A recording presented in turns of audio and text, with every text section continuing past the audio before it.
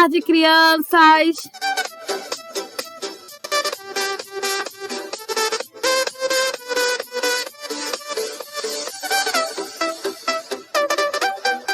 Vamos então à nossa aula de história.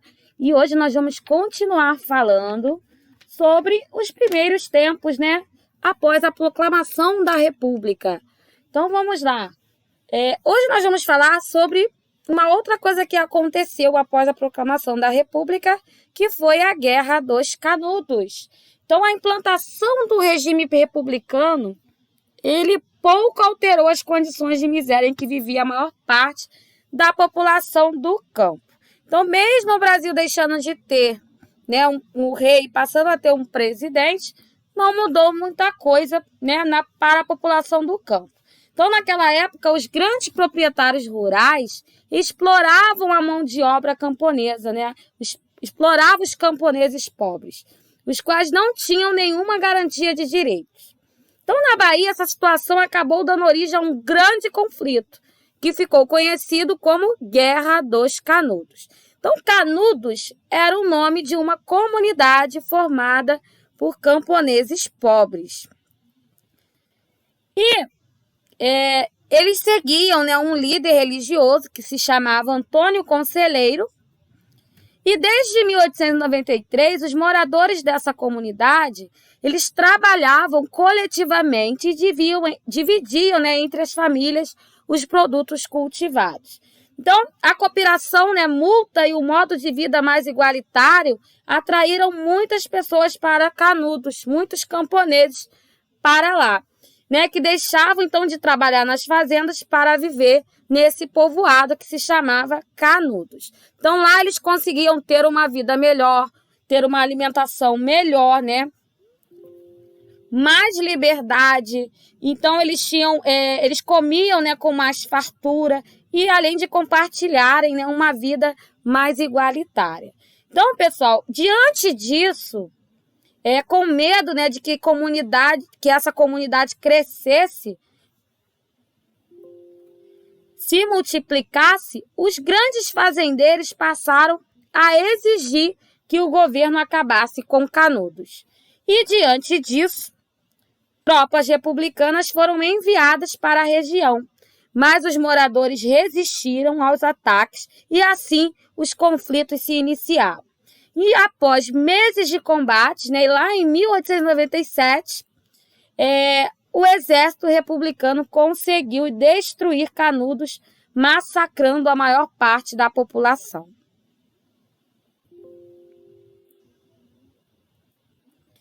Então aqui, ó, o Antônio Conselheiro, ele foi morto pelo exército republicano, né, o líder de Canudos, e muitas pessoas morreram nesses ataques. Nessa fotografia aqui, né, uma fotografia de 1897 e está retratando, então, alguns sobreviventes de Canudos. E ao fundo, né, aqui, ó, a gente pode ver um grupo de soldados que atacou o povoado.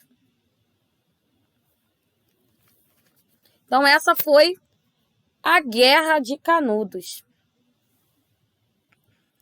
Agora nós vamos falar um pouco sobre os ex-escravos na República, né? Então, mesmo com a abolição da escravatura, né, a proclamação da República, a vida dos escravos, eles não conseguiam se integrar na sociedade, eles não conseguiam emprego, eles não tinham, né, uma igualdade com as outras pessoas. Então, nos primeiros anos da República, mesmo com a abolição do regime escravista, os ex-escravos e seus descendentes continuaram vivendo em condições precárias e sem ter assegurados os seus direitos básicos. Então, nenhuma política pública foi adotada para integrá-los, né, à sociedade após a abolição da escravatura.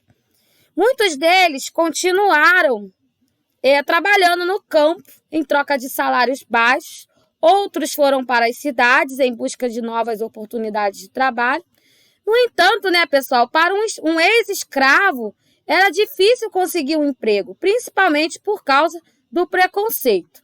E assim, né, para garantir a sua sobrevivência, eles acabavam realizando trabalhos informais como carregadores e vendedores ambulantes. E para manter sua dignidade, né, muitos ex-escravos formaram uma rede de solidariedade. Então, nessas redes, eles procuravam ajudar uns aos outros no dia a dia, muitas vezes chegando a arrecadar dinheiro para suprir as necessidades básicas, como comprar alimentos e vestimentas. Né? Por meio da cooperação, né, crianças, a gente pode superar diversas dificuldades. Então, a solidariedade entre os ex-escravos no Brasil foi fundamental para que eles pudessem sobreviver e, além disso, pudessem também enfrentar o preconceito que sofriam. Na atualidade, né, grupos afrodescendentes continuam se organizando para lutar pela valorização de sua cultura e contra o preconceito racial. Então, o grupo Batuque Reciclado, né, que vocês estão vendo nessa imagem aqui, eles produzem instrumentos musicais de materiais recicláveis para divulgar ritmos de origem africana. Então, essa foto foi tirada no Quilombo de Sobara, que fica em Araruama, aqui no Rio de Janeiro.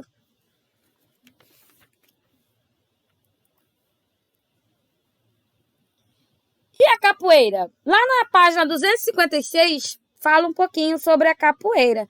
Né? Então, a capoeira é uma arte baseada em antigas tradições africanas que mistura luta, dança e música. Né? Na capoeira é utilizado o berimbau. Olha o som do berimbau.